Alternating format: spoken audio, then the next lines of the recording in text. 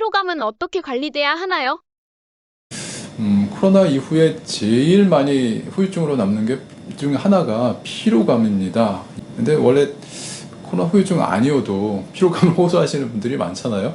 코로나 이후에 생기는 피로감은 이 차원이 다른 것 같아요. 여기서는 어떻게 되어 있냐면 이 필요한 환자들에 대해서 특정 치료를 권장하거나 어떤 치료를 하지 말아라 할 만한 근거가 없다, 이렇게 되어 있습니다. 아직까지 뚜렷한 답이 없다는 얘기죠.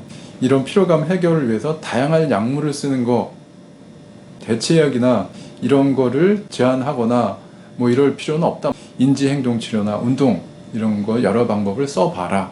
뭐 뚜렷한 방법이 없으니까 뭐 이렇게 이해를 하고 있습니다.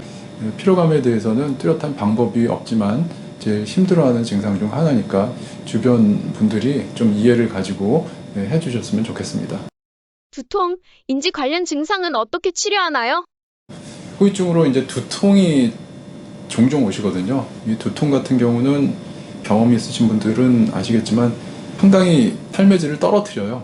이 두통 같은 경우는 일단 두통이 생길 수 있는 원인에 대한 검사를 쭉 해봐야 됩니다. 이상이 없다고 생각이 되면 이런 거를 원발성 두통 이렇게 얘기하거든요. 특별한 이유가 없는 두통. 이런 경우에는 일반적인 두통 치료에 준해서 약물 치료를 하거나 기타 할 수 있는 치료를 합니다. 또 하나는 계속적으로 두통이 생길 경우는 예방약을 드시는 경우도 있습니다. 또 코로나 후유증으로 인지기능 저하, 그러니까 뭔가 이렇게 기억력이 떨어지거나 건망증이 생기거나 뭐 이런 거는 아직 특정한 치료가 없다. 어떤 치료를 권하거나 제한할 근거가 아직 부족하다. 이렇게 얘기를 하고 있습니다. 심리적, 정신적 증상은 어떻게 치료하나요? 코로나 후유증으로 심리적인 증상을 호소하시는 분들이 많으세요. 코로나 증상과 상관없이 생기시는 것 같아요. 중등도와 상관없이. 코로나는 그냥 별 증상 없이 그냥 지나갔는데 코로나 격리가 끝나고 나서는 갑자기 불안하다거나 우울증이 심하게 오시거나 뭐 공황장애가 생기셨다거나 이런 분들이 가끔 있으세요. 이런 분들 같은 경우는 혼자서 잘 극복하시는 분들도 많이 있습니다. 극히 일부의 경우는 아주 심한 그런 정신적인 후유증을 겪으시기도 하거든요.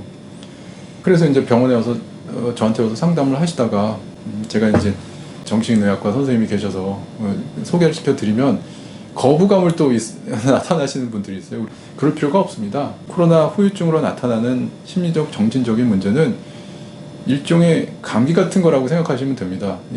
이상해서 그렇게 생기는 게 아니고 정신 상태가 약해서 생기는 게 아니고 뭐 우리 몸이 감기가 들듯이 우울증이나 불안증이 오는 거거든요. 그럴 경우에 감기가 드는 경우 어떻게 합니까? 감기약을 먹잖아요. 필요할 때는 정신건강의학과 진료를 받으시는 게 좋습니다. 권고 안에서도 약물 치료가 필요한 경우에는 정신건강의학과 진료를 권고를 하고 있습니다. 만성 코로나 증후군 환자에게 스테로이드를 투여하는 것이 도움이 되나요? 스테로이드는 무슨 약이냐 하면 현재까지 개발된 약 중에 염증을 억제하는 제일 좋은 약입니다. 코로나19 후유증으로 환자들 중에 신경염증이 생기시는 분들이 있어요. 신경염증 때문에 두통, 후각장애, 미각장애, 인지장애 뭐 이런 것들이 생긴다는 그런 연구가 있어서 코로나 후유증 환자들한테 스테로이드를 투여가 도움이 되는가라는 관심사가 있거든요. 근데 스테로이드는 효과는 좋은데 부작용이 상당히 많아요.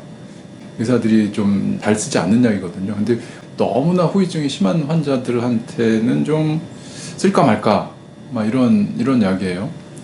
결론적으로는 이득과 부작용을 고려해서 투여를 결정해라. 그러니까 결정을 해주지 않았어요. 투여할지 말지에 대해서는 의료진이 판단을 해라. 이렇게 얘기를 하고 있네요. 이 후유증 환자들 중에서도 현재 스테로이드 투여를 신중하게 고려를 하고 있는 경우는 코로나 폐렴 이후에 간질성 폐병변이 나타나는 분들이 간혹 있거든요. 후유증으로 폐렴이 심하게 앓아서 호흡기능이 떨어져서 폐섬유화가 보이는 이런 간질성 폐질환이 심하게 진행되는 분들, 이런 분들이 있거든요. 이런 환자분들 같은 경우 방법이 뚜렷하게 없어요.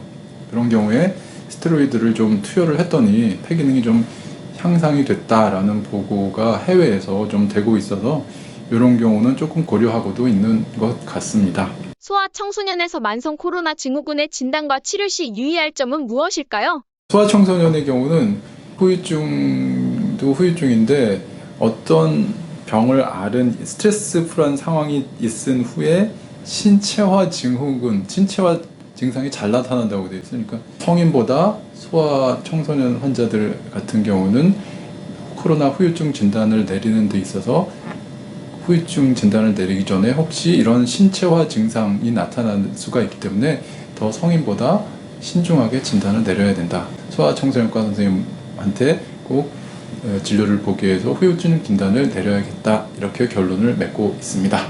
백신 접종이 만성 코로나 증후군 발생에 영향을 주나요?